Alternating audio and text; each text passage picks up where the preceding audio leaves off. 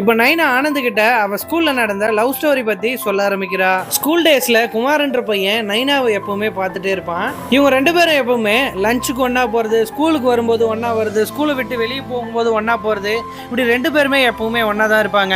அப்படிதான் ஒரு வாட்டி கம்பைன் ஸ்டடி பண்ணலாம் அப்படின்னு சொல்லிட்டு குமார் நைனா விட்டு கிளம்பி வரான். அவங்க அம்மாவும் வேலைக்காரங்க கிட்ட இவங்க ரெண்டு பேரையும் பாத்துங்க அப்படின்னு சொல்லிட்டு அவங்க வேலைக்கு கிளம்பி போயிடுறாங்க. இப்ப வீட்டுல இருக்கிற ட்ரிங்க்ஸ் எடுத்துன்னு வந்து ரெண்டு பேருமே குடிக்க ஆரம்பிச்சிடறாங்க. அந்த போதையிலேயே ரெண்டு பேருமே கிஸ் பண்ணிக்கிறாங்க. அப்பன்னு பார்த்து அவங்க அம்மா வந்து இவங்க ரெண்டு பேரும் கிஸ் பண்றத பாத்துறாங்க. அடுத்த நாள் ஸ்கூலுக்கு போயிட்டு பிரின்சிபல் கிட்ட கம்ப்ளைண்ட் பண்ணிட்டு நைனாவை கூட்டிட்டு அமெரிக்காவுக்கு போயிடுறாங்க. 5 வருஷம் அமெரிக்கால படிச்சுட்டு நான் குமாரை பார்க்கறதுக்காக தான் இந்தியாவுக்கே வந்தேன். ஆனா அதுக்கிடையில உன்னை பார்த்த உடனே எனக்கு ரொம்ப பிடிச்சு போச்சுன்னு சொல்றா. நீ உடனே உங்க பொண்டாட்டி கிட்ட போயிட்டு டிவோர்ஸ் வாங்கிட்டு வந்துரு, நம்ம ரெண்டு பேரும் அமெரிக்கா போயிடலாம்னு சொல்லிட்டு கூப்பிடுறா.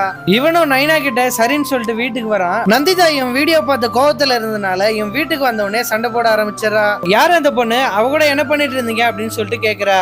இதாண்டா சாக்கு, இவகிட்ட எப்படியாச்சும் டிவோர்ஸ் வாங்கணும் அப்படின்னு சொல்லிட்டு நந்திதாவோட கேரக்டரே தப்பா பேச ஆரம்பிக்கிறான். இவங்களோட சண்டை வீட்டுல இருக்கிற எல்லாருக்குமே தெரிஞ்சிருது. ஆனந்தோட அண்ணன் நந்திதாவை பார்த்து என்ன பிரச்சனை அப்படின்னு சொல்லிட்டு கேக்குறான். நீ எங்க ரெண்டு பேருக்கு நடுவுல வராத, நீ ஒன்னும் அவ்வளவு ஒழுக்கமான ஆளு இல்ல அப்படின்னு சொல்லிட்டு நந்திதா திட்டிடுறா. இதுல காண்டான அவன் ஆனந்த் சொல்றது உண்மைதான், இவ என்னைய ட்ரை பண்ண பார்த்தா அப்படின்னு சொல்லிட்டு சொல்லிடுறா. அவனோட ஒய்ஃப் பலார்னு ஒன்னு அரைஞ்சிட்டு உன்னை பத்தி எனக்கு தெரியாதா, போய் ஓரமா நில்றா அப்படின்னு சொல்லிட்டு சொல்லிடுறா. இவ்வளவு நாள் இவன் என்ன பிசிக்கலா அபியூஸ் பண்ணா, இதெல்லாம் நான் பொறுத்து போயிட்டு இருந்தேன். இப்ப என் கேரக்டரையே தப்பா பேச ஆரம்பிச்சிட்டீங்க அப்படின்னு சொல்லிட்டு அவ துணிமணி எல்லாம் தூக்கிட்டு கிளம்புறா.